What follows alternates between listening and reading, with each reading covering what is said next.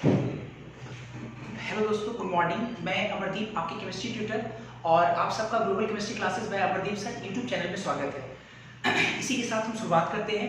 Last video lecture में हम लोग पढ़े थे ideal solution, non ideal solution के बारे में, और इसके अलावा हम लोग पढ़े थे क्वालिटेटिव प्रॉपर्टीज। क्वालिटेटिव प्रॉपर्टीज क्या है ये हम लोग जाने थे, और इसके साथ ही साथ हम लोग ये भी पढ़े थे कि क्वालिटेटिव प्रॉपर्टीज टोटल 4 तरह का होता है। 4 में पहला आपका होता है RLVP, relative loading in vapour pressure, RLVP, जो कि मैंने पूरी तरह से वहां पे डिस्कस कर दिया था। उसके बाद सेकेंड आपका है depression in freezing point, shortly delta TF। तीसरा आपका है elevation in boiling point, shortly delta TB। और चौथा आपका है ऑस्मोटिक प्रेशर, शॉर्टली पाई, जिसको हम लोग पाई से प्रेजेंट करते हैं। तो आज हम लोग इस वीडियो लेक्चर में RLVP के बाद डिप्रेशन इन फ्रीजिंग पॉइंट और एलिवेशन इन बॉइलिंग पॉइंट, इन दोनों क्वालिटेटिव प्रॉपर्टीज को एक साथ डिस्कस करेंगे, एक साथ। तो देखेंगे, हेडिंग लगाएंगे हम लोग। हमारा हेडिंग होगा depression in freezing point, depression in freezing point, shortly delta TF, ठीक है। एंड इसके साथ साथ एक और हम लोग देखेंगे qualitative properties, elevation in boiling point and elevation in boiling point, boiling point shortly delta T, delta T, ठीक है। पहले तो जो हेडिंग लगाए, पहले उस हेडिंग का पहले मतलब आपको समझाता हूं। सबसे पहला चीज ये कि डिप्रेशन इन फ्रीजिंग पॉइंट या एलिवेशन इन बॉइलिंग पॉइंट एक क्वालिटेटिव प्रॉपर्टीज का क्या है, टाइप, पहला चीज ये। दूसरी बात ये कि डिप्रेशन इन फ्रीजिंग पॉइंट को हम लोग डेल्टा TF से क्यों रिप्रेजेंट करते हैं, या डिप्रेशन फ्रीजिंग पॉइंट किसको बोलते हैं, सिर्फ मैं अभी इसके टर्म को समझा रहा हूं। उसके बाद फिर हम लोग जानेंगे कि डिप्रेशन फ्रीजिंग पॉइंट वगैरह क्या होता है। डिप्रेशन का मतलब होता है घटना, डिप्रेस कर जाना, डिक्रीज कर जाना, उसको बोल सकते हैं डिक्रीज करना। तो डिप्रेशन इन फ्रीजिंग पॉइंट, आपको याद होगा फ्रीजिंग पॉइंट जिसको हम लोग बोलते हैं एक प्रकार का टेम्परेचर होता है। फ्रीजिंग पॉइंट मतलब एक ऐसा टेम्परेचर जिस टेम्परेचर पे कोई सॉलिड लिक्विड में कन्वर्ट होता है या लिक्विड में कन्वर्ट करना स्टार्ट करता है, तो उस टेम्परेचर को हम लोग बोलते हैं फ्रीजिंग पॉइंट। जैसे कि आप लोग जानते भी होंगे इसके बारे में। तो कहीं ना कहीं फ्रीजिंग पॉइंट एक प्रकार का क्या है, टेम्परेचर है। डिप्रेशन का मतलब होता है डिक्रीज, तो डिक्रीज इन फ्रीजिंग पॉइंट। तो इसी को शॉर्टली देखो क्या लिखे, डेल्टा। डेल्टा मतलब चेंज, चेंज डिक्रीज या इंक्रीज को दिखाएगा। तो डेल्टा T आपका टेम्परेचर है, और T के नीचे में सबस्क्रिप्ट के फॉर्म में F लगाए हैं, तो ये F रिप्रेजेंट कर रहा है कौन सा टेम्परेचर, फ्रीजिंग पॉइंट वाला। तो TF मतलब डेल्टा TF मतलब decrease in freezing point. Decrease क्यों है, ऐसा आगे बात करें, मैं बस टर्म को क्लियर कर रहा हूं। उसके बाद एलिवेशन इन बॉइलिंग पॉइंट, तो एलिवेशन का मतलब होता है उठना। एलिवेशन मतलब आप उठना या बढ़ना बोल सकते हो, इंक्रीज बोल सकते हो आप उसको। तो एलिवेशन इन बॉइलिंग पॉइंट, तो डेल्टा का मतलब होता है चेंज, और T मतलब आपका क्या है, टेम्परेचर है, और B लगाए तो कौन सा टेम्परेचर, बॉइलिंग पॉइंट, TB। तो चेंज इन टेम्परेचर, तो चेंज वाला कौन सा, एलिवेशन इन बॉइलिंग पॉइंट, इसलिए इसको हम डेल्टा TB से रिप्रेजेंट कर रहे हैं, ठीक है। अब हमको ये समझना है कि एलिवेशन इन बॉइलिंग पॉइंट और डिप्रेशन इन फ्रीजिंग पॉइंट कहते किसको है। तो इसको समझने के लिए आपको 3 फेज डायग्राम वाटर या किसी भी सॉल्वेंट का आपको आना चाहिए। किसी भी सॉल्वेंट, या चूंकि आपका वाटर नेचुरल सॉल्वेंट है, तो मैं ये कहना चाह रहा हूं कि आपको 3 फेज डायग्राम आना चाहिए किसी भी प्योर सॉल्वेंट का। तो सॉल्वेंट के रूप में हम वाटर लेते हैं, तो वाटर का आपका 3 फेज डायग्राम आना चाहिए। हालांकि जो बच्चे 11th क्लास में थर्मोडायनेमिक्स पढ़ा होगा वो 3 फेज डायग्राम भी वहां पढ़ा होगा वाटर का। तो फिर से मैं एक बार यहाँ डिस्कस कर दे रहा हूं, क्योंकि अगर आपको समझ में आ गया 3 फेज डायग्राम ऑफ वाटर, तो आपको डिप्रेशन इन फ्रीजिंग पॉइंट मतलब फ्रीजिंग पॉइंट क्यों घटा, और एलिवेशन इन बॉइलिंग पॉइंट मतलब बॉइलिंग पॉइंट क्यों बढ़ा, ये सब आपको समझ में आ जाएगा। तो पहले हम लोग देखेंगे 3 फेज डायग्राम ऑफ वाटर। तो इसमें पहले हम लोग हेडिंग लगा लेते हैं, सब हेडिंग रहेगा इसके साथ ही। तो पहले हम लोग देखेंगे 3 phase diagram, 3 phase diagram of H2, 3 phase diagram of H2, 3 phase diagram of H2। H2 जो है आपका, जिसको हम बोलते हैं वाटर, तो वाटर का 3 फेज डायग्राम, 3 फेज मतलब वाटर, सॉलिड, लिक्विड और गैस। तो वाटर का जो 3 फेज होता है, जैसे सॉलिड, लिक्विड और गैस, तो हमको सॉलिड, लिक्विड और गैस का जो है हमको डायग्राम ड्रॉ करना है कि क्योंकि आप ऐसे समझो ना, 3 फेज डायग्राम ऑफ वाटर मतलब कि पानी का 3 फेज होगा, या किसी भी कंपाउंड का, किसी भी सब्सटेंस का 3 फेज होता है, सॉलिड, लिक्विड और गैस। तो हमको उस सब्सटेंस का सॉलिड, लिक्विड और गैस का हमको एक डायग्राम ड्रॉ करना है। तो आप पहले एक चीज बताओ कि सॉलिड, लिक्विड और गैस, एक पार्टिकुलर कंपोनेंट का, एक पार्टिकुलर सब्सटेंस का जो फेज होता है सॉलिड, लिक्विड और गैस, ये किन पर डिपेंड करता है, किस चीज पर डिपेंड करता है? टेम्परेचर और प्रेशर पे।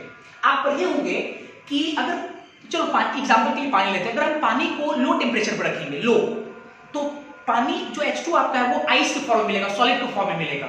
और अगर हम लोग पानी को काफी हाई टेम्परेचर पे अगर लेकर काम करेंगे तो आपका जो H2 है वो वेपर के फॉर्म में मिलेगा, गैस के फॉर्म में मिलेगा, गैस H2 गैस के फॉर्म में मिलेगा, वेपर के फॉर्म में। तो कहीं ना कहीं जो एक पार्टिकुलर कंपाउंड या सब्सटेंस के लिए जो 3 फेज होता है, वो 3 फेज किन बातों पर डिपेंड करता है? टेम्परेचर और प्रेशर पे। तो हम लोग क्या करेंगे कि पानी के 3 फेज को हम लोग देखने के लिए हम लोग टेम्परेचर पे डिपेंड करता है, साथ ही साथ प्रेशर पे। आप ये भी पढ़े होंगे कि लो प्रेशर पे जो होता है वो गैस होता है, और हाई प्रेशर अगर उस पे अप्लाई करते हैं तो वो सॉलिड होता है, आप ऐसा पढ़े होंगे। तो कहीं ना कहीं टेम्परेचर और प्रेशर दो ऐसा फैक्टर है जो किसी भी सब्सटेंस के 3 फेज के लिए जिम्मेदार होता है, तीनों फेजों के लिए जिम्मेदार होता है। तो हम क्या करेंगे, 3 फेज हमको डायग्राम ड्रॉ करना है H2O का, तो हम लोग क्या करेंगे कि प्रेशर और टेम्परेचर के वर्सेस एक ग्राफ ड्रॉ करेंगे। तो देखते हैं सबसे हम लोग पहले, मान लो कि प्रेशर वर्सेस टेम्परेचर हम लोग अगर डायग्राम ड्रॉ करते हैं, तो प्रेशर वर्सेस टेम्परेचर, तो प्रेशर को हम लोग मान लो कि y एक्सिस पे ले लिए, P मतलब प्रेशर, और यहां ले लिए T temperature in kelvin scale, ठीक है, प्रेशर वर्सेस टेम्परेचर। अब क्या है कि ये जो कोऑर्डिनेट, सॉरी ये जो आपका क्वाड्रेंट है, इस क्वाड्रेंट में अगर आप कहीं भी पॉइंट अगर कंसीडर करोगे तो हर पॉइंट अपने आप में स्पेसिफिक है, खास है, क्योंकि हर पॉइंट के कोरस्पॉन्डिंग जो है, अगर ये पॉइंट अगर यहां कंसीडर करते हैं तो इस पॉइंट के कोरस्पॉन्डिंग अगर हम लोग पैरेलल, अगर एक्स एक्सिस से पैरेलल लाइन ड्रॉ करेंगे, यहां पे यहां पहुंचेंगे तो यहां प्रेशर P मिलेगा और यहां टेम्परेचर T मिलेगा। पॉइंट को बदल देंगे, ऑब्वियस है, पॉइंट को बदलेंगे तो कोऑर्डिनेट बदल जाएगा, मतलब प्रेशर टेम्परेचर भी दोनों बदल जाएगा। तो इसका मतलब मेरा ये कहना है कि इस क्वाड्रेंट में हर कहीं भी अगर आप पॉइंट कंसीडर करोगे तो उस पॉइंट के कोरस्पॉन्डिंग टेम्परेचर और प्रेशर क्या होगा, अलग अलग मिलेगा, अलग अलग। और उस अलग अलग टेम्परेचर और प्रेशर के कारण क्या होगा कि जो आपका H2O है, वाटर जो है, वो 3 अलग अलग फेज में दिखेगा। प्रैक्टिकली देखा गया कि जो आपका मतलब वो इस तरह से डिवाइड होता है, ऐसे। प्रैक्टिकली देखा गया कि ये जो, अगर आप देखोगे ये जो क्वाड्रेंट है, ठीक है, इस क्वाड्रेंट में जो लेफ्ट साइड है, उस लेफ्ट साइड में यहां पे आपको सॉलिड देखने को मिलता है, सॉलिड। मतलब मैं ये कहना चाहता हूं कि जैसे अगर आप कहीं भी पॉइंट अगर कंसीडर करते हो, जैसे यहां कंसीडर किए, तो इसके कोरस्पॉन्डिंग प्रेशर यहां आएगा, इसके कोरस्पॉन्डिंग टेम्परेचर यहां आएगा। तो ये वाला जो यहां कहीं भी अगर आप पॉइंट कंसीडर करोगे तो इस पॉइंट पर हर बार क्या मिलता है, गैस मिलता है, ये सॉलिड। और इस वाले पॉइंट यहां पर कहीं पर अगर पॉइंट हम लोग कंसीडर करेंगे तो इस पॉइंट के लिए क्या मिलेगा, यहां पे लिक्विड मिलेगा, लिक्विड मतलब इस टेम्परेचर प्रेशर के लिए लिक्विड मिलेगा। क्यों, थोड़ा मैं इसको और भी समझा दूंगा, थोड़ा वेट करो पहले। तो लेफ्ट साइड में ये सॉलिड, लिक्विड और ये गैस, मतलब इस वाले रीजन में सॉलिड मिलेगा, मतलब इस रीजन में जो भी टेम्परेचर प्रेशर होगा, इस टेम्परेचर प्रेशर पे H2 आपका क्या मिलेगा, सॉलिड मिलेगा। इस वाले रीजन में जो भी टेम्परेचर प्रेशर होगा, इस वाले रीजन में क्या मिलेगा, लिक्विड मिलेगा। और नीचे वाले रीजन में इस पॉइंट यहां पे कहीं कोई पॉइंट अगर कंसीडर करेंगे, उस पॉइंट के कोरस्पॉन्डिंग जो प्रेशर और टेम्परेचर होगा, वहां क्या मिलेगा, आपको गैस मिलेगा, ठीक है। तो इस तरह से ये रीजन 3 पोर्शन बढ़ चुका है, जिसमें एक जो पोर्शन आपका सॉलिड, दूसरा लिक्विड, तीसरा गैस है। अब देखते हैं जरा इसके बाद। अब अच्छा एक चीज बताओ कि सॉलिड इधर मिल रहा है, इधर लिक्विड मिल रहा है, तो ये जो लाइन है, इस लाइन पर क्या मिलेगा आपको? तो इस लाइन पे जो पॉइंट है अगर कंसीडर करेंगे तो उस लाइन पर जो पॉइंट हम लोग कंसीडर कर रहे हैं, उस पॉइंट पर ना तो पूरी तरह से सब्सटेंस सॉलिड होगा, नहीं पूरी तरह से वो लिक्विड होगा, क्योंकि दोनों का कॉमन पॉइंट है। अगर कॉमन है इसका मतलब कि यहां पे सॉलिड और लिक्विड का क्या मिलेगा, इक्विलिब्रियम मिलेगा। उसी प्रकार से यहां पे क्या मिलेगा, इस पॉइंट पे तो लिक्विड और गैस का इक्विलिब्रियम मिलेगा, और यहां क्या मिलेगा, सॉलिड और गैस का इक्विलिब्रियम मिलेगा, इस तरह से, ठीक है। सॉलिड लिक्विड का इक्विलिब्रियम, लिक्विड गैस का इक्विलिब्रियम, सॉलिड और गैस का इक्विलिब्रियम। इसके बाद देखते हैं जरा, इसके बाद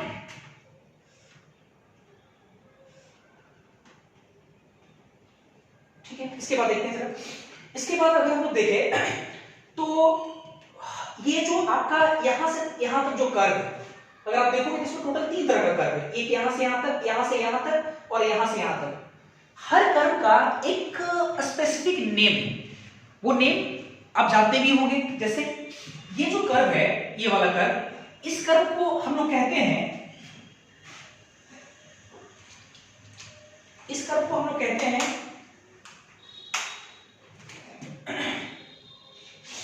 ये सॉलिड से लिक्विड है। अगर सॉलिड से लिक्विड जाता है तो इस प्रोसेस को हम लोग क्या बोलते हैं? हम लोग प्रोसेस को कहते हैं, सॉलिड से अगर लिक्विड जाता है तो उसको बोलते हैं मेल्टिंग। याद होगा आपको, सॉलिड से लिक्विड जाता है तो उसको मेल्टिंग या फ्रीज, सॉरी मेल्टिंग या फ्यूजन। तो इसको हम लोग बोल सकते हैं मेल्टिंग। इस पेन से नहीं चल रही, उसी से मैं लिखता हूं।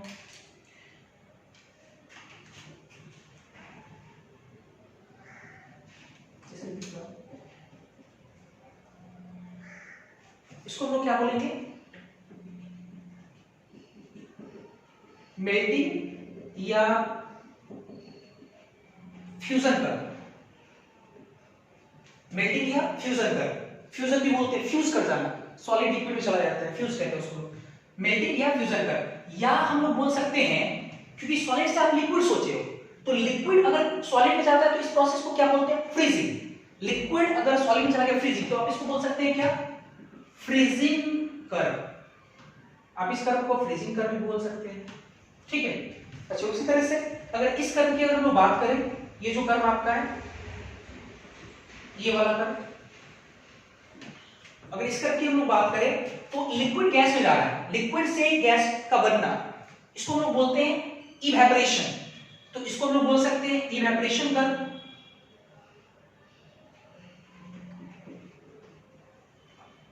इवेपोराइजेशन कर्व। या गैस जब लिक्विड में जाता है तो उसको हम लोग बोलते हैं कंडेंसेशन। तो कंडेंसेशन कर्व भी कहा जा सकता है इसको, कंडेंसेशन कर्व भी कह सकते हैं। और ये जो आपका कर्व है, ये वाला, ये जो कर्व आपका है, इस कर्व को हम लोग क्या बोल सकते हैं? सॉलिड डायरेक्ट गैस में जा रहा है, तो इसको हम लोग बोल सकते हैं sublimation.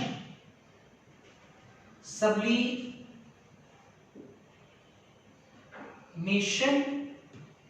Curve, solid direct gas में जाता है, और गैस अगर सॉलिड में जाता है तो इसको हम लोग बोल सकते हैं डिपोजिशन भी बोलते हैं या सॉलिडिफिकेशन भी कहते हैं। तो डिपोजिशन कर्व, इसको क्या बोल सकते हैं? Deposition curve. तो ये तो अलग अलग कर्व का ये नाम है। चलिए इसके बाद फिर देखते हैं हम लोग, ठीक है। इसके बाद देखते हैं, जैसे एक चीज देखो जरा, ये यहां से यहां जो कर्व मिल रहा है, ये कर्व, इसको हम लोग बोले मेल्टिंग कर्व, जिसमें सॉलिड और लिक्विड का इक्विलिब्रियम है, ठीक है।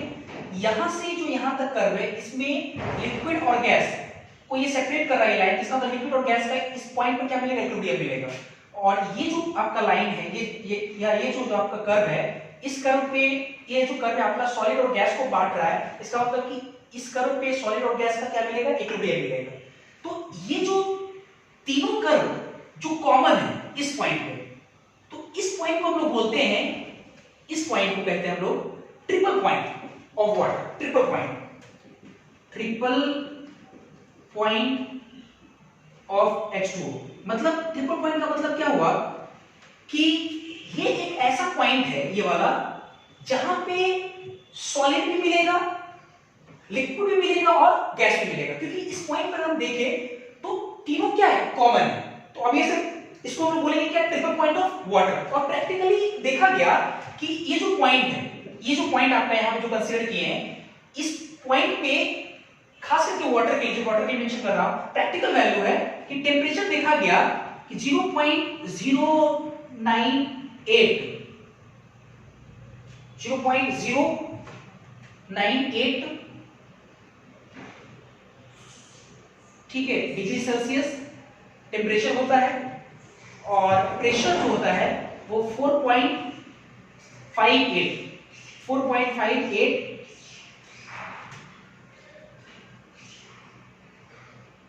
mm of Hg होगा। ये प्रैक्टिकल वैल्यू है। मतलब हम ये कहना चाह रहे हैं कि अगर आप पानी को, H2O को टेम्परेचर 0.098 डिग्री सेल्सियस अगर प्रोवाइड करते हैं, ठीक है। और अगर हम प्रेशर 4.58 mm ऑफ Hg अगर प्रोवाइड करते हैं तो इस टेम्परेचर और प्रेशर पे आपका जो वाटर है वो तीनों फेज में दिखेगा, मतलब सॉलिड भी दिखेगा, लिक्विड भी दिखेगा और गैस भी दिखेगा, ठीक है। तो ये तो इतना चीज तो हम पहले भी डिस्कस कर चुके हैं। एक नया चीज और देखते हैं जरा। नया चीज ये, अगर हम 1 atm प्रेशर को एज्यूम करते हैं तो प्रेशर कहां मिलेगा, ये y एक्सिस पे आपका प्रेशर है तो कहीं ना कहीं 1 atm मिलेगा। अब एक चीज तो क्लियर है कि जब 4.58 mm ऑफ Hg यहां मिल रहा है, 1 atm 760 mm ऑफ Hg होता है, इसका मतलब इसके ऊपर ही मिलेगा। इसके ऊपर मान लो कि यहां मिल रहा है 1 atm प्रेशर। तो अगर मान लो हम 1 atm प्रेशर अगर कंसीडर किए और इस प्रेशर के लिए हम क्या किए, y एक्सिस के पैरेलल एक लाइन ड्रॉ करते हैं इस प्रेशर के लिए।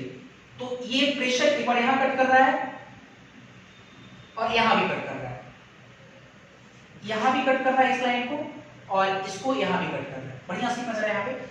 तो जरा देखते 1 atm प्रेशर पे, जब 1 atm प्रेशर ले रहे हैं तो ये प्रेशर 1 atm मतलब अगर हम लोग पैरेलल लाइन अगर ड्रॉ करते हैं x एक्सिस के तो क्या होगा कि हर एक पॉइंट पे 1 atm का प्रेशर मिलेगा हमको। इसके लिए सिर्फ टेंपरेचर वैरी करेगा, सही है।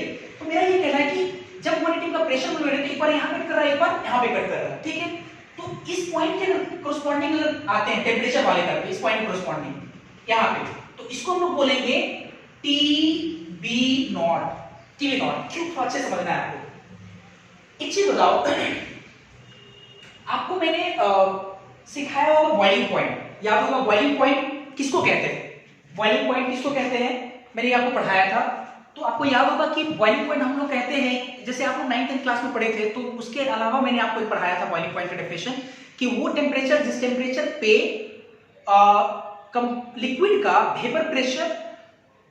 वेपर प्रेशर किसके एक्सटर्नल प्रेशर के बराबर हो जाए, एक्सटर्नल प्रेशर अर्थात 1 atm या 1 बार के बराबर हो जाए, तो हम लोग उस टेम्परेचर को क्या बोलते हैं, बॉइलिंग पॉइंट बोलते हैं। तो एक चीज देखो, जब हम लोग 1 atm का प्रेशर कंसीडर कर रहे हैं, तो जब 1 atm का प्रेशर कंसीडर किए और यहाँ पे ये जो लाइन है आपका इस पॉइंट पे कट कर रहा है और ये जो लाइन है वो कहीं ना कहीं पानी और गैस क्या है, H2O लिक्विड और गैस क्या है, वेपर क्या है, इक्विलिब्रियम पे। तो इसका मतलब ये हुआ कि ये जो पॉइंट है, इस पॉइंट पे लिक्विड जो रहा होगा वो गैस में कन्वर्ट हो रहा है, अर्थात लिक्विड जब गैस में कन्वर्ट हो रहा है तो ये जो है लिक्विड जो गैस में कन्वर्ट हो रहा है मतलब बॉइल कर रहा है, बॉइलिंग पॉइंट। तो अगर 1 atm का प्रेशर यहाँ पे है कंसीडर किए, तो इसका मतलब कि इस पॉइंट के कोरस्पॉन्डिंग जो नीचे जब जाएंगे तो जो टेम्परेचर हमको मिलेगा वही टेम्परेचर क्या होगा, बॉइलिंग पॉइंट होगा हमारा। यही टेम्परेचर क्या होगा, बॉइलिंग पॉइंट, ठीक है। इसके बाद देखते हैं जरा, ये टेम्परेचर आपका बॉइलिंग पॉइंट। अच्छा TB0 क्यों लिखे, पहले समझते हैं। T मतलब टेम्परेचर, अब B मतलब बॉइलिंग पॉइंट, ठीक है। बॉइलिंग पॉइंट में एक प्रकार टेम्परेचर TB लगा दी, और नॉट इसलिए लगाएं क्योंकि आपका सिर्फ वाटर है, प्योर। अब प्योर के लिए हम लोग नॉट का इस्तेमाल करते हैं। पहले मैंने आपको सॉल्यूशन चैप्टर में पहले मेंशन कर दिया कि जब कभी भी हम लोग नॉट इस्तेमाल करेंगे इसका मतलब प्योर को दिखाएगा, TB0। उसी प्रकार जब यहाँ पे अगर हम लोग देखें तो इस पॉइंट के कोरस्पॉन्डिंग जब नीचे हम लोग आएंगे तो यहाँ पे हमको क्या मिलेगा, इस पॉइंट के कोरस्पॉन्डिंग नीचे आएंगे यहाँ मिलेगा TF0। क्यों TF0, पहला चीज सॉलिड लिक्विड में जा रहा है, तो आप इसको क्या बोलते हैं, सॉलिड जब लिक्विड में जाता है फ्यूज करता है, फ्यूजन बोलते हो आप या मेल्टिंग कहते हो। तो मेल्टिंग पॉइंट या फ्यूजन पॉइंट, तो सॉलिड लिक्विड में गया। उसी तरह से 1 atm प्रेशर पे सॉलिड लिक्विड में कन्वर्ट हो रहा है, तो इसका मतलब ये हुआ कि इसके कोरस्पॉन्डिंग जो टेम्परेचर होगा उस टेम्परेचर को हम लोग क्या नाम देंगे, फ्रीजिंग पॉइंट। और चूंकि प्योर आपका एक कंपोनेंट इसलिए TF0, T मतलब टेम्परेचर, F मतलब फ्रीजिंग पॉइंट, नॉट लगाएं इसका मतलब चूंकि प्योर है। तो ये आपको एरिया इतना मैंने आपको कभी सिखाया है, फिर से मैंने एक बार यहाँ पे मतलब आपको दिखा दिया, ठीक है।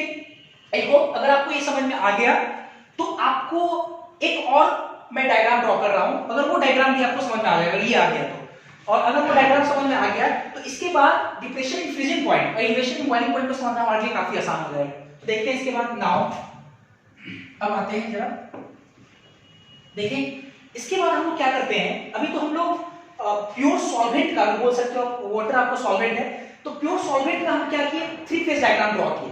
अब हम लोग क्या करते हैं, 3 फेज डायग्राम ड्रॉ करेंगे सॉल्यूशन का। अभी हम लोग प्योर सब्सटेंस का ड्रॉ किए, अब हम लोग क्या करेंगे, इम्प्योर मतलब सॉल्यूशन का हम लोग है ना ड्रॉ करेंगे। नाउ अब हम लोग देखेंगे 3 फेज डायग्राम ऑफ सॉल्यूशन। और आपको समझ में आना चाहिए एक चीज ये भी कि सॉल्यूशन जो है कौन सा सॉल्यूशन हम लोग लेंगे? आपको याद होगा मैंने पहले ही बोला था बाइंडिंग लिक्विड सॉल्यूशन, जिसमें solid volatile, solid non volatile और सॉल्वेंट वोलेटाइल। तो बाइंडिंग लिक्विड सॉल्यूशन जिसमें आपका सॉल्यूट क्या हो, नॉन वोलेटाइल, मैं यहां पे छोटा सा लिख देता हूं, non volatile solute plus volatile solvent, है ना, बाइंडिंग लिक्विड सॉल्यूशन ऐसा है। तो वोलेटाइल सॉल्वेंट आपको तो पता है, तो हम लोग वोलेटाइल आपका वाटर आपका है, अभी लोग वाटर का ही देखें तो सॉल्वेंट की जगह पे आपका क्या है, H2O, ठीक है, H2O, और नॉन वोलेटाइल कोई भी हो सकता है, तो इसके लिए हम वहां पे कुछ भी नहीं लिख रहे, बस नॉन वोलेटाइल सॉल्यूट होगा। अब आते हैं जरा, तो सॉल्यूशन का ड्रॉ करने के लिए सबसे पहले जो H2 का ड्रॉ है, सॉल्वेंट का ड्रॉ है, उसको पहले ड्रॉ कर लेते हैं, उसके बाद फिर आगे देखते हैं। जैसे टेम्परेचर, पहले प्रेशर वर्सेस टेम्परेचर का डायग्राम ड्रॉ करते हैं, ठीक है, अच्छे से देखना है यहाँ पे जरा। तो अभी हम लोग तुरंत देखेंगे, हम लोग वाटर का प्योर सॉल्वेंट का ड्रॉ करते हैं, सॉल्वेंट आपका वोलेटाइल सॉल्वेंट का अगर ड्रॉ करेंगे तो उसका इस तरह से जाएगा, ऐसे, ठीक है, बढ़िया सी नजर है यहाँ पे, नाम वगैरह पहले पढ़ा चुका, नाम वगैरह नहीं लिखा है, ठीक है। इसके बाद देखते हैं जरा, इसके बाद ये सॉलिड है, लिक्विड है, गैस है, क्लियर है आपका। तो ये जो कर्व है आपका, ये जो कर्व है, ये आपका है प्योर सॉल्वेंट का, मतलब प्योर सॉल्वेंट, जब हम लोग सॉल्यूशन नहीं तैयार किए, सिर्फ सॉल्वेंट आपका, प्योर सॉल्वेंट कौन सा, वोलेटाइल, सॉल्वेंट वोलेटाइल, और सॉल्वेंट है यहाँ पे क्या लिए, H2O लिए हम लोग, ठीक है, ये प्योर सॉल्वेंट मतलब वाटर का है, सॉल्वेंट का, या चूंकि वाटर लिए तो कह सकते हैं वाटर का भी थ्री फेज डायग्राम। अब क्या करते हैं, तो एक चीज पहले समझते हैं, अब देखते पहले ये कि अगर हम लोग 1 atm का प्रेशर मान लो अगर यहाँ कंसीडर करते हैं, 1 atm अगर कंसीडर करते हैं 1 atm बढ़िया से, तो इसके पहले जब हम लोग लाइन ड्रॉ करेंगे, ठीक है, तो इस पॉइंट के कोरस्पॉन्डिंग अगर नीचे उतरेंगे तो क्या मिलेगा, यहां मिलेगा T,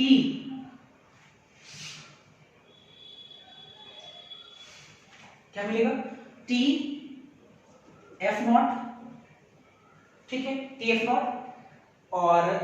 और इस पॉइंट के कोरस्पॉन्डिंग अगर उतरेंगे तो यहां क्या मिलेगा हमको, T B0, क्योंकि प्योर सॉल्वेंट है, ठीक है, T B0। इसके बाद फिर देखते हैं हम लोग T B0, इसके बाद देखते हैं अब हम लोग क्या किए कि वोलेटाइल, बढ़िया से, अब हम लोग क्या किए, वोलेटाइल जो सॉल्वेंट आपका है, हमको सॉल्यूशन का ड्रॉ करना है, three phase diagram of solution, volatile solvent में हम लोग किसको मिलाए हैं, नॉन वोलेटाइल सॉल्यूट को, नॉन वोलेटाइल सॉल्यूट को। तो आपको हम शुरुआत से पढ़ाते आ रहे हैं कि अगर हम लोग, या लास्ट क्लास में भी हम लोग देखे थे कि अगर हम लोग वोलेटाइल सॉल्वेंट में नॉन वोलेटाइल सॉल्यूट को अगर डाल देते हैं, ऐड करते हैं, तो ऐड करने से सॉल्यूशन का जो वेपर प्रेशर होता है वो वेपर प्रेशर घट जाता है, आपको याद होगा, वेपर प्रेशर घट जाता है। हालांकि मैं थ्योरेटिकली भी समझाया था, मैथमेटिकली भी समझाया था आपको।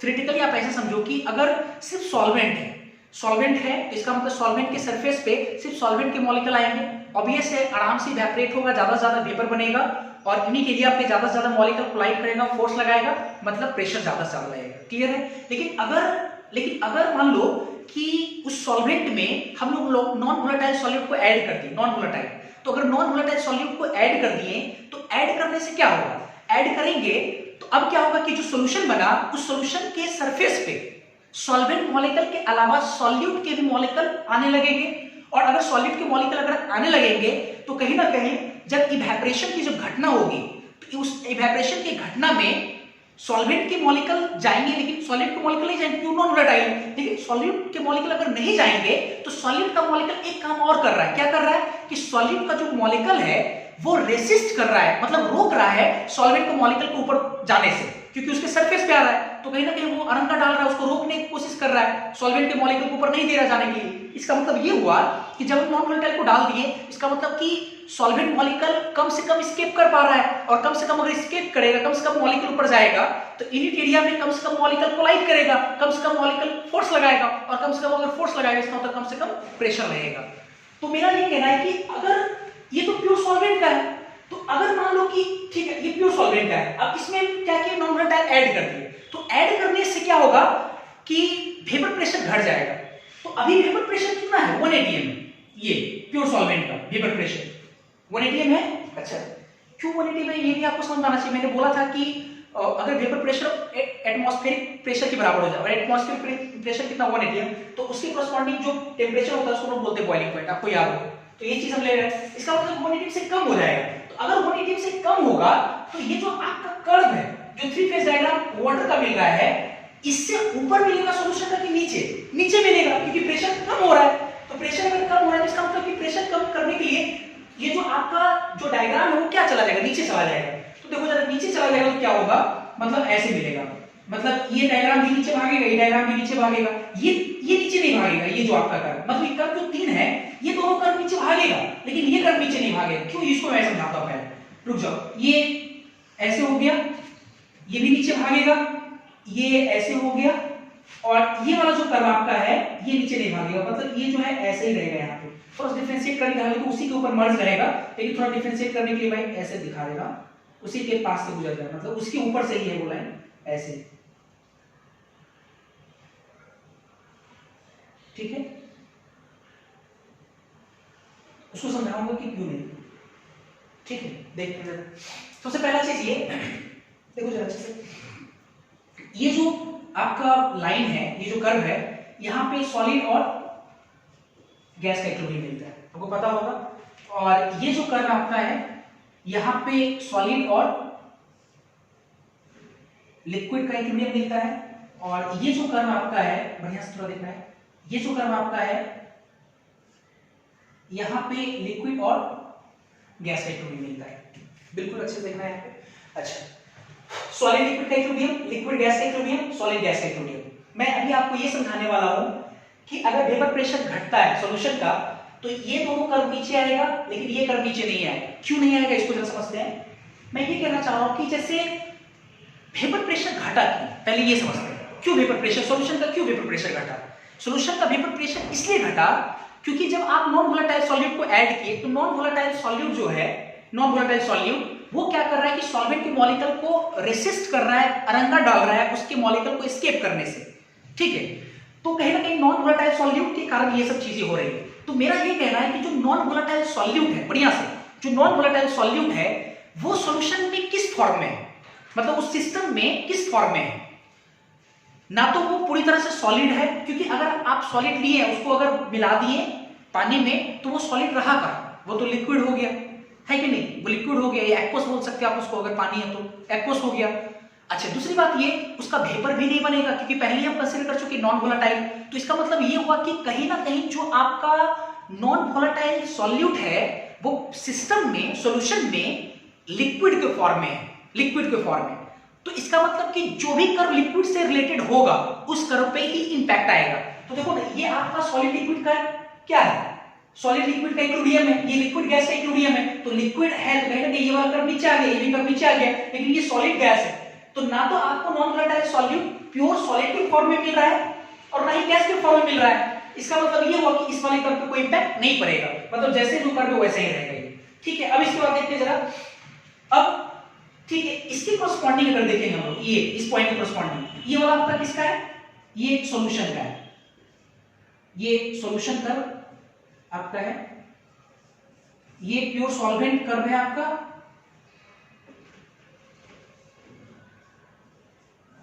प्योर सॉल्वेंट कर्व जो कि वाटर हम लोग माने थे, ठीक है, कोई दिक्कत नहीं, ये सॉल्यूशन कर्व आपका है।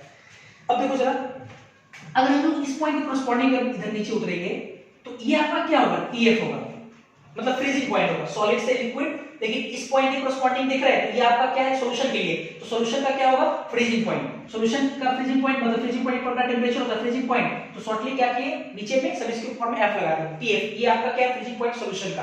अच्छा, फिर इसके बाद यहाँ ये आपका क्या है, ये पॉइंट मिल रहा है आपको। इस पॉइंट के जब कॉरस्पॉन्डिंग जब नीचे उतरेंगे तो यहाँ पे क्या मिलेगा, टेंपरेचर किसका, बॉइलिंग पॉइंट टेंपरेचर सॉल्यूशन का, तो टीबी बोलेंगे, टीबी नॉट नहीं बोल रहे क्योंकि सॉल्यूशन आपका प्योर नहीं, इम्प्योर है, तो टीएफ और ये टीबी। अब देखो ये क्लियर हो जाएगा, ये ग्राफ मेरे को लगता है कि आपको समझ में आ गया होगा। अब देखो एक चीज क्लियर हो गया, वो ये कि बढ़िया समझना, जब हम लोग वोलेटाइल सॉल्वेंट में नॉन वोलेटाइल सॉल्वेंट को ऐड किए तो पहले बढ़िया से, पहले सॉल्वेंट का फ्रीजिंग पॉइंट टीएफ नॉट था, टीएफ नॉट ऐड किए, ऐड करने के बाद हो गया टीएफ। तो आप देखो ये जो एक्स एक्सिस है, इस एक्स एक्सिस में टीएफ नॉट आगे है और टीएफ पीछे है। तो इसका मतलब ये हुआ कि टीएफ नॉट आगे मतलब हुआ होने का मतलब ये हुआ कि टीएफ नॉट मतलब कि सॉल्वेंट का जो प्योर फ्रीजिंग पॉइंट है वो ज्यादा है, लेकिन सॉल्यूशन का फ्रीजिंग पॉइंट क्या हो गया, कम हो गया। और अगर सॉल्यूशन का फ्रीजिंग पॉइंट कम हो गया तो हम उसको क्या बोलेंगे, ज्यादा मतलब इंक्रीज हो गया या डिक्रीज हो गया। तो डिक्रीज हो गया क्यों, क्योंकि फाइनल घट गया आपका, तो फाइनल घट गया, इसलिए हम उसको बोल सकते हैं डिक्रीज इन फ्रीजिंग पॉइंट। और डिक्रीज को ही हम लोग बोल रहे हैं डिप्रेशन, तो इसी को हम लोग बोलेंगे डिप्रेशन इन फ्रीजिंग पॉइंट। मतलब पहले ये था, ये पॉइंट है शुरुआत में सॉल्वेंट था प्योर, लेकिन इधर चला गया, सॉल्यूशन ये हो गया, तो देखो घट गया आपका। इसी को हम लोग बोलेंगे डेल्टा टी एफ, और डेल्टा टी एफ किसके बराबर होगा, T F not minus T F. सबसे इंपॉर्टेंट बात कि सॉल्वेंट के फ्रीजिंग पॉइंट में से सॉल्यूशन के फ्रीजिंग पॉइंट को घटाएंगे क्योंकि डिप्रेशन है, ठीक है। और इसी को हम लोग बोलेंगे डेल्टा टी एफ को हम लोग क्या बोलेंगे, इधर मैं लिख देता हूं, डिप्रेशन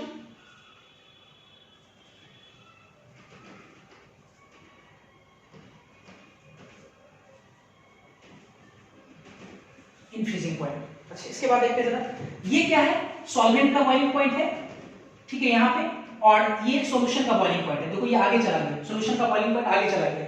अब देखो इस लाइन में बॉइलिंग पॉइंट सॉल्यूशन का आगे मिल रहा है, सॉल्वेंट का पीछे मिल रहा है। तो ये कब हुआ, जब हम लोग सॉल्वेंट में नॉन वोलेटाइल सॉल्वेंट को ऐड किए तो सॉल्यूशन का देखो बॉइलिंग पॉइंट आगे हो गया, सॉल्वेंट से ज्यादा हो गया। इसका मतलब सॉल्वेंट ज्यादा हो गया मतलब इंक्रीज कर गया, इंक्रीज कर गया, उसी को हम लोग बोलेंगे एलिवेशन इन बॉइलिंग पॉइंट। मतलब डेल्टा टीबी, और डेल्टा टीबी किसके बराबर हम लिख सकते हैं, डेल्टा टीबी बराबर डेल्टा टीबी हम लोग बराबर लिख सकते हैं, डेल्टा टीबी बराबर TB minus TB naught, TB minus TB naught. और इसी डेल्टा टीबी को हम लोग क्या बोलेंगे, इधर लिख देते हैं, elevation in boiling point, elevation in boiling point. तो हमको ये समझ आ गया कि आपको कोई क्लियर जरूर हो गया होगा कि क्यों जब नॉन वोलेटाइल सॉल्वेंट के ऐड करते हैं तो फ्रीजिंग पॉइंट सॉल्यूशन का घट जाता है जबकि बॉइलिंग पॉइंट सॉल्यूशन का बढ़ जाता है। तो मैं इसको अब क्या करता हूं कि इसके बाद हम लोग पेज को दो हिस्से में बांट करके एक तरफ डिप्रेशन इन फ्रीजिंग पॉइंट लिखेंगे और दूसरी तरफ एलिवेशन इन बॉइलिंग पॉइंट, उसका डेफिनेशन लिखेंगे और उसके बाद रॉल्स लॉ के according depression in freezing point वगैरह कितना होता है उसको हम लोग देखेंगे। पहले आप इसको नोट करें, ठीक है, ओके।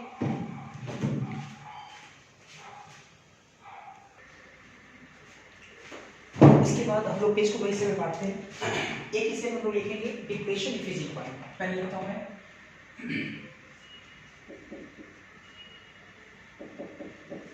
डिप्रेशन इन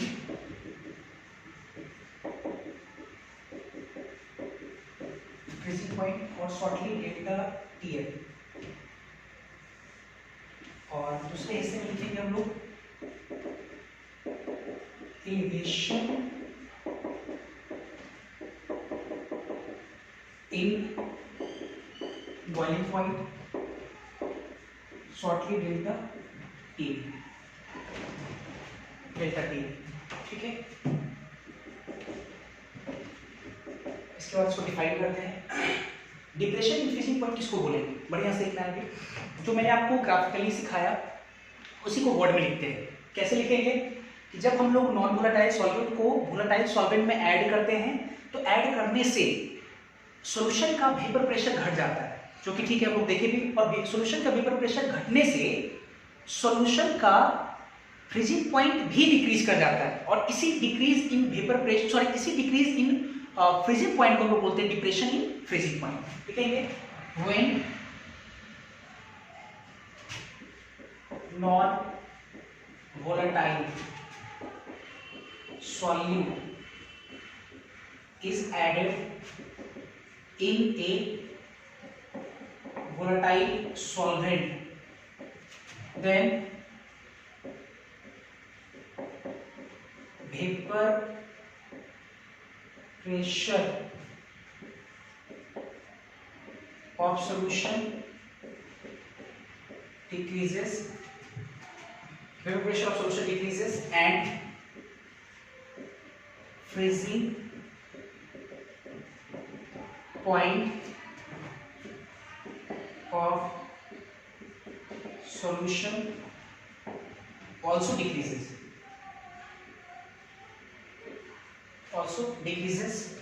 इससे कारण फ्रीजिंग पॉइंट सॉल्यूशन का भी घटता है, ठीक है।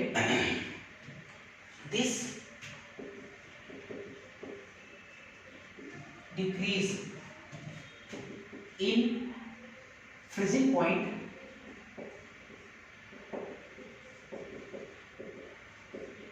is called depression in freezing point।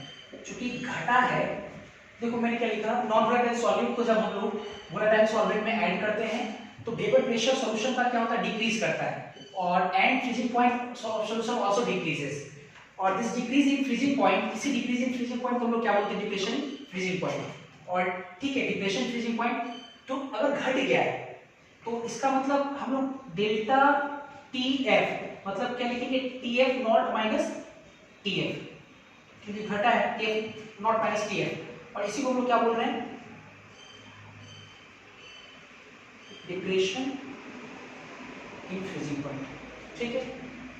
अच्छा, इसके बाद इसका लिखते हैं जरा elevation in boiling point, same क्या लिखेंगे, जब volatile solvent sorry non volatile solid को जब वोलेटाइल सॉल्वेंट में ऐड करते हैं तो सॉल्यूशन का वेपर प्रेशर घट जाता है और सॉल्यूशन का बॉइलिंग पॉइंट इंक्रीज कर जाता है, ठीक है, डिक्रीज करता है, लेकिन ये क्या था, ये भी डिक्रीज करता है, लेकिन उसमें क्या था, इंक्रीज कर जाता है, और इसी increase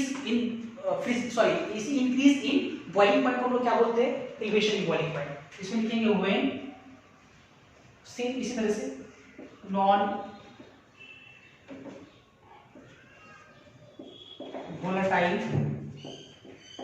solute is added in a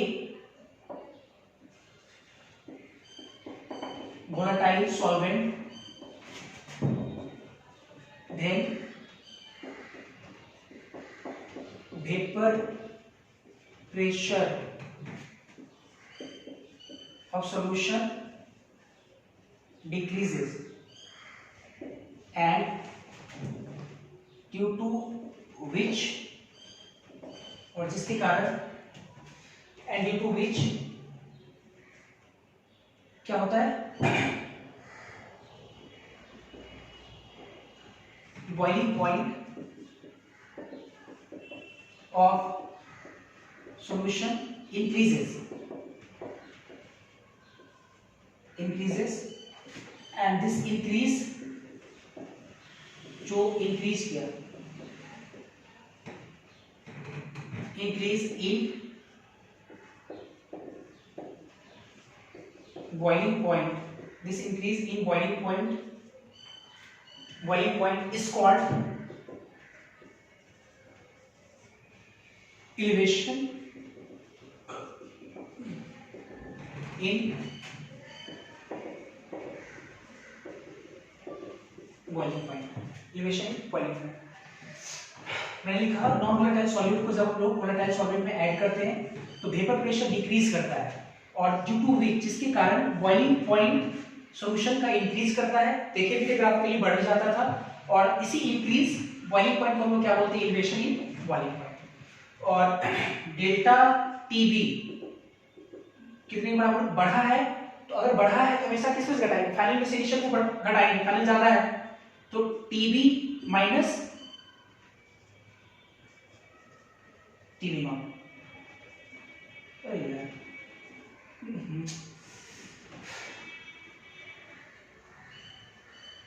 TB minus TB naught, और इसे हम लोग क्या बोलेंगे,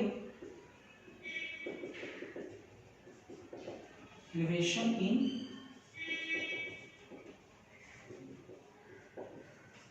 boiling point, elevation boiling point delta T. अब आते हैं जरा, ये तो हम लोग देखे डिप्रेशन फ्रीजिंग पॉइंट और एलिवेशन इन बॉइलिंग पॉइंट।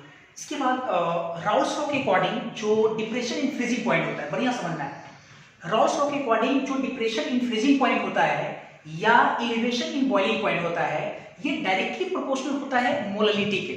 क्यों, ये तो नहीं बता सकता हूं, लेकिन मोललिटी के ही डायरेक्टली प्रोपोर्शनल क्यों है ये मैं जरूर आपको समझा सकता हूं, ठीक है। क्यों पहले लिखते हैं जरा यहाँ पे, according to Raoult's law Raoult's law के अकॉर्डिंग जो डेल्टा टीएफ है ये डायरेक्टली प्रोपोर्शनल होगा मोलालिटी, मोलालिटी आपको याद होगा स्मॉल एन, सेम एज जो आपका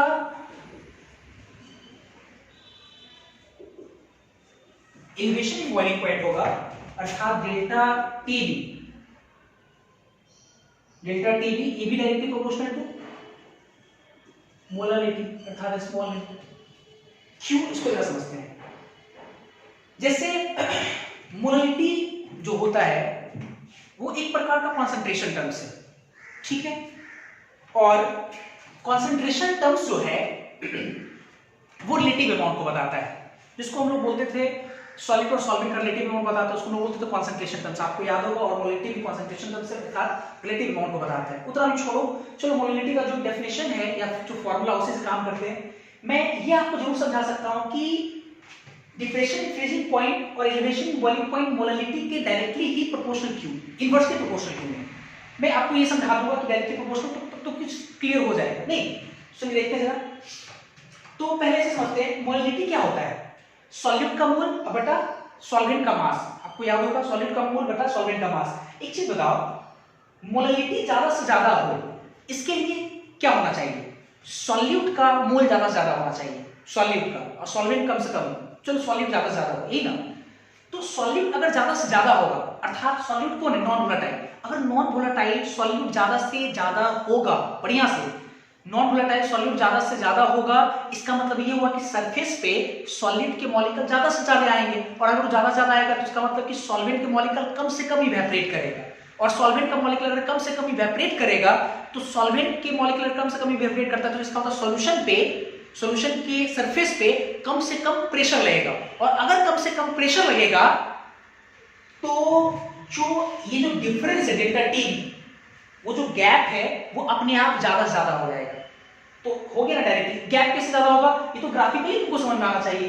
तो ग्राफ में हम थोड़ा सा मैं यहाँ दिखा रहा हूँ, जैसे आपको याद होगा ग्राफ कुछ ऐसा ही था, तो ये नीचे आ जाता है, ठीक है। तो जरा सोचो अगर मोनिटी में हम कंसीडर की एक यहाँ पे एक यहाँ पे मिला, तो प्रेशर ये अगर देखोगे तो ये तो 1 atm के लिए था, अगर प्रेशर बहुत ज्यादा कम हो जाता तब तो ये ग्राफ और नीचे आ जाता। और जैसे ये नीचे आएगा इसका मतलब देखो ये कट करेगा, यहाँ पे देखो ये गैप क्या हो रहा है, अपने आप बढ़ रहा है। फिर जैसे और मान लो कि प्रेशर और भी बहुत कम होता तब तो देखो ये गैप और बढ़ रहा है, इसके बीच का गैप पहले इतना था, फिर इसके बाद इतना हो गया, फिर इतना बढ़ रहा है। तो कहीं ना कहीं ये जो गैप जो बढ़ रहा है वो किसके कारण गैप बढ़ रहा है, वेपर प्रेशर जितना कम से कम होगा तब उतना ज्यादा गैप बढ़ेगा। तो मैं ये साबित कर दिया कि वेपर प्रेशर कम होगा, क्योंकि जितना ज्यादा नॉन वोलेटाइल सॉल्यूट होगा उतना ज्यादा मोलालिटी होगा, ये तो क्लियर है। और जितना ज्यादा मोलालिटी होगा उतना ज्यादा, इसका मतलब कि सॉल्यूट का उतना ज्यादा मोल होगा, ठीक है, सॉल्यूट का।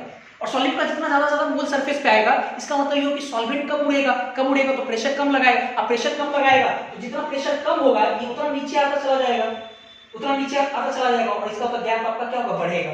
तो मोलालिटी बढ़ाने से ये जो गैप है आपका, जिसको डेल्टा टी भी हम लोग बोल रहे हैं, वो बढ़ रहा है। तो ये तो क्लियर हो गया। इसके बाद देखते हैं जरा, जैसे प्रोपोर्शनलिटी के साइन को हटाएंगे एक कांस्टेंट आएगा जिसको हम लोग बोलेंगे यहाँ पे के, क्योंकि कांस्टेंट यहाँ भी आएगा, डिफरेंशिएट करने के लिए यहाँ बोलेंगे केएफ इनटू मोलालिटी। मोलालिटी को शॉर्ट में हम लोग एम से रिप्रेजेंट करते हैं, तो यहाँ पे एम लिख देते हैं, into M, KF into M.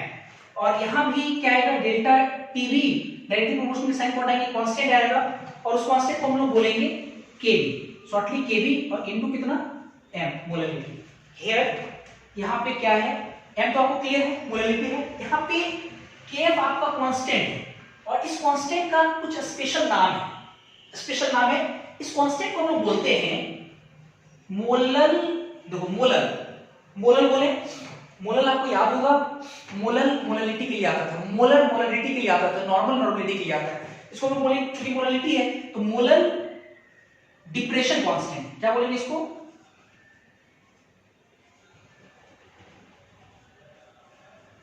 Molar depression constant, ठीक है। या इसको हम लोग बोलते हैं क्रायोस्कोपिक कांस्टेंट, या क्रायोस्कोपिक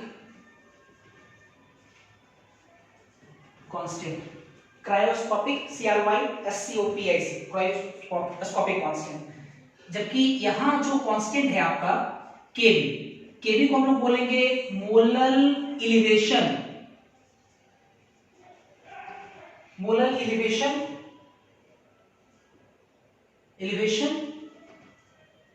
कांस्टेंट, या इसको हम लोग बोलते हैं ebullio, ebullio E V U double L I O, ebullioscopic constant, ebullioscopic,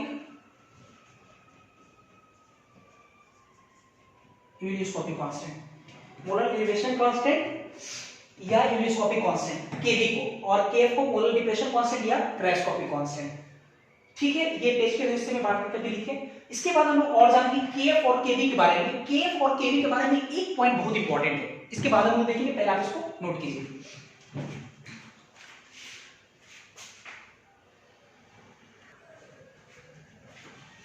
ठीक है, अभी जो हम लोग पढ़े के एफ क्रायोस्कोपिक कांस्टेंट और केबी इबिलियोस्कोपिक कांस्टेंट, ये जो दोनों कांस्टेंट है, ये दोनों कांस्टेंट सॉल्वेंट के नेचर पर डिपेंड करता है। और सबसे इंपॉर्टेंट लाइन है, सबसे महत्वपूर्ण लाइन है, क्योंकि कई बार इस लाइन से आपके कॉम्पिटिटिव एग्जाम में क्वेश्चन आ चुका है, तो बिल्कुल ध्यान रखिए। वेरी वेरी इंपॉर्टेंट वो ये कि केबी और केएफ इबिलियोस्कोपिक कांस्टेंट, केबी और KF cryoscopic constant, both are the properties of solvent, या it only depends upon nature of solvent. सबसे इंपॉर्टेंट पॉइंट लिखेंगे यहाँ पे। नाउ पेज को ओपन कर लेंगे हम लोग, पेज को ओपन करके अब लिख रहे हैं हम। ठीक है, now KB and KF both are the properties of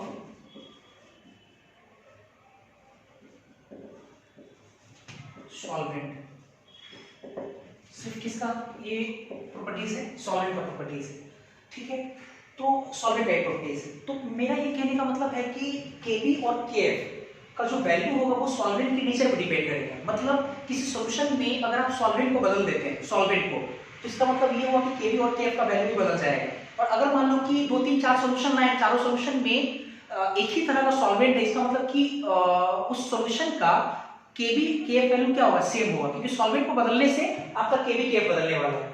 ठीक है, both are the properties of solvent, और इसको आप निकाल भी सकते हो। ठीक है, केबी और केएफ के वैल्यू को निकाला जा सकता है। तो इसको निकालने के लिए जो फॉर्मूला दिया गया है वो कहां से है आपको जानना जरूरी नहीं है। आप सिर्फ फॉर्मूला से आपको काम करना है, क्योंकि कोई ज्यादा इंपॉर्टेंट नहीं है। अगर ज्यादा होता है इंपॉर्टेंट तो जरूर मैं आपको ये प्रूफ करके दिखाता। तो देखो जरा यहाँ पे केबी के लिए जो फॉर्मूला दिया गया है वो ये है, एम सॉल्वेंट, एम मतलब कैपिटल एम मतलब molecular mass of solvent, into R, R आपका गैसेस कांस्टेंट, इनटू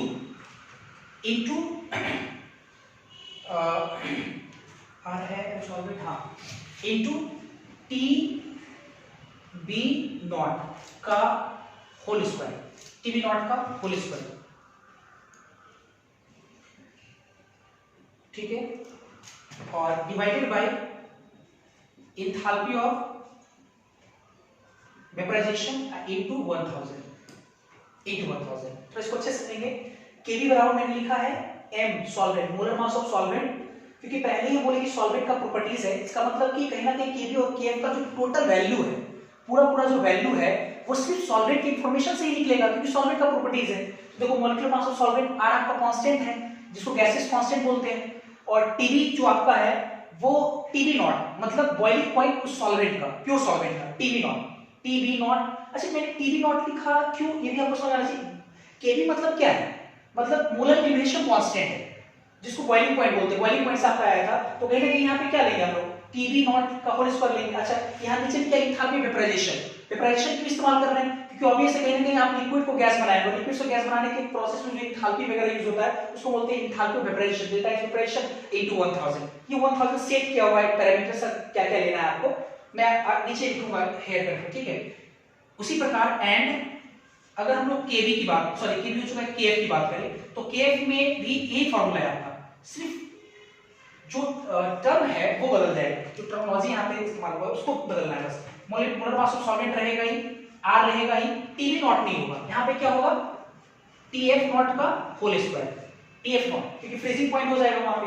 यहाँ पे एंथैल्पी वेपराइजेशन नहीं, यहाँ पे एंथैल्पी ऑफ फ्यूजन हो जाएगा, और इनटू कितना हो जाएगा? 1000, थोड़ा सा बदल जाएगा यहाँ पे। तो ये फॉर्मूला मैंने आपको दिया जिससे आप लोग केबी और केएफ निकाल सकते हैं, केबी और केएफ। हेयर यहाँ पे कौन क्या है इसके बारे में मेंशन पहले कर देता हूँ यहाँ पे, हेयर हेयर केबी अगर हम जानते हैं, केबी केएफ तो जानते हैं। एम सॉल्वेंट का मतलब क्या है, एम जो सॉल्वेंट मैंने लिखा है यहाँ पे, इसका मतलब है molar mass of solvent.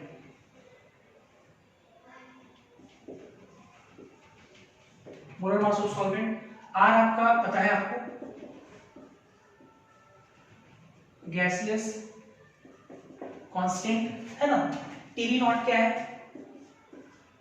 TV not square है हालांकि वहां पे टीवी नॉट, तो टीवी नॉट है आपका boiling point.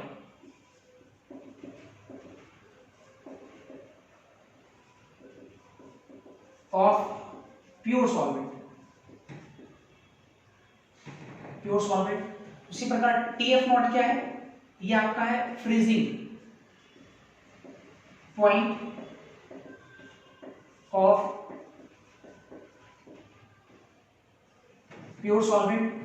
Delta H vaporization क्या है, enthalpy of vaporisation.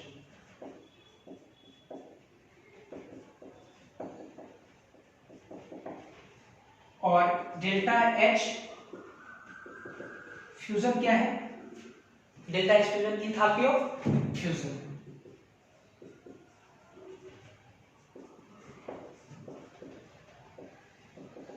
Enthalpy of fusion. सबसे इंपॉर्टेंट बात यह था कि अगर हमको केबी और केएफ निकालना है तो केबी केएफ निकालने के लिए हमको डेटा किस पैरामीटर में लेना पड़ेगा, क्योंकि आपको पता है कि एंथैल्पी जो एक प्रकार की एनर्जी, और एनर्जी का कई सारा यूनिट होता है, किलो जूल, जूल, अर्ग है ना, बहुत सारा अर्ग होता है, कैलोरी होता है, बहुत सारा होता है यूनिट। तो हमको ये जानना है कि किस यूनिट मिलेंगे, इलेक्ट्रॉन वोल्ट वगैरह भी होता है, तो किस यूनिट मिलेंगे। तो ये जो डेटा सेट किया हुआ था समझते पहले, मोलर मास ऑफ सॉल्वेंट के लिए तो आपको पता है वो तो कांस्टेंट वो आपको दिया रहेगा, इसको कोई है ना ग्राम पर मोल। आर आर का तो बहुत सारा वैल्यू होता है, लेकिन कौन सा वैल्यू लेंगे ये भी समझ, ये आना चाहिए समझ में। टीवी नॉट का square, TV boiling point, boiling point हमेशा किसमें हम लोग मेजर करेंगे, केल्विन स्केल में, हमेशा केल्विन स्केल में लेंगे। एंथैल्पी ऑफ वेपराइजेशन क्या है, एंथैल्पी ऑफ वेपराइजेशन जो इस फार्मूला में सेट किया हुआ है वो इन कैलोरी पर मोल में सेट किया हुआ है।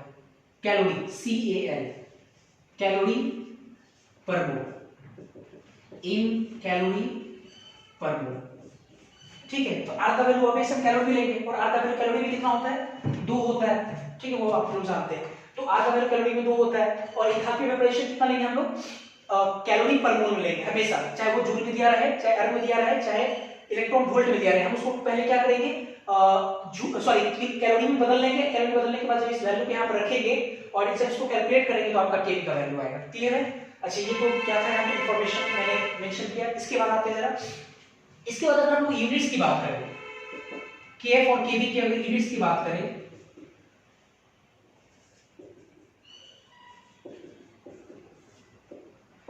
तो केबी का यूनिट क्या होगा, यूनिट ऑफ केबी, केबी कितने के बराबर हो जाएगा, केबी का यूनिट कितने के बराबर होगा, ऐसे समझते जरा, इससे भी यूनिट समझ सकते हो।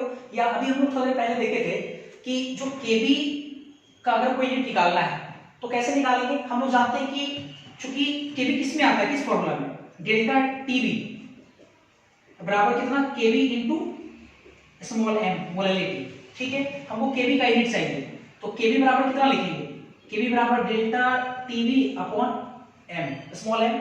डेल्टा टीबी क्या है, चेंज इन टेम्परेचर, और टेम्परेचर का चेंज जो होगा उसका यूनिट क्या आएगा, टेम्परेचर का चेंज भी टेम्परेचर ही है, इसका मतलब केल्विन, केल्विन होगा। और मोलैलिटी का यूनिट क्या होता है, मोलैलिटी का यूनिट होता है मोल पर केजी, आपको याद होगा।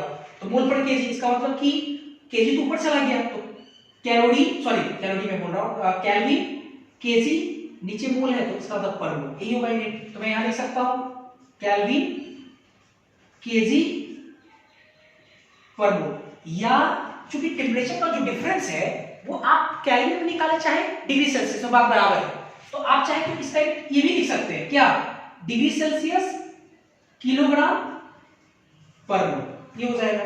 उसी प्रकार अगर हम लोग बात करें unit of KF, unit of KF, ठीक है, ये कैसे है मेंशन किया है, केएफ की बात करो तो वही चीज आएगा, यहाँ पे डेल्टा टीएफ, यहाँ पे मोलरिटी, वही चीज वही यूनिट आ जाएगा, निकल क्या आएगा,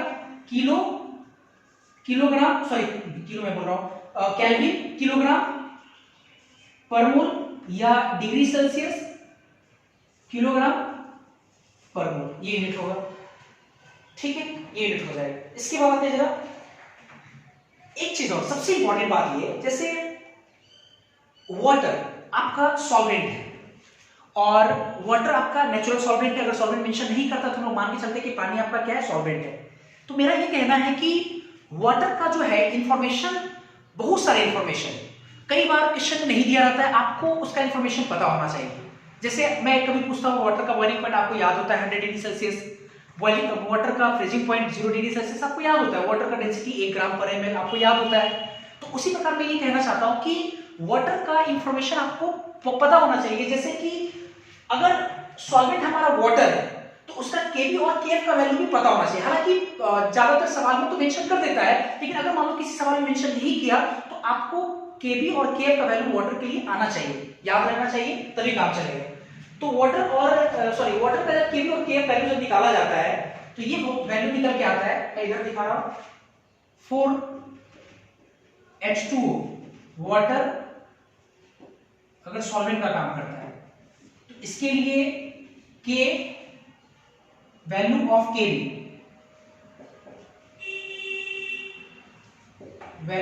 केबी जो होता है वो 0.513 होता है, 513 केल्विन किलोग्राम पर मोल, और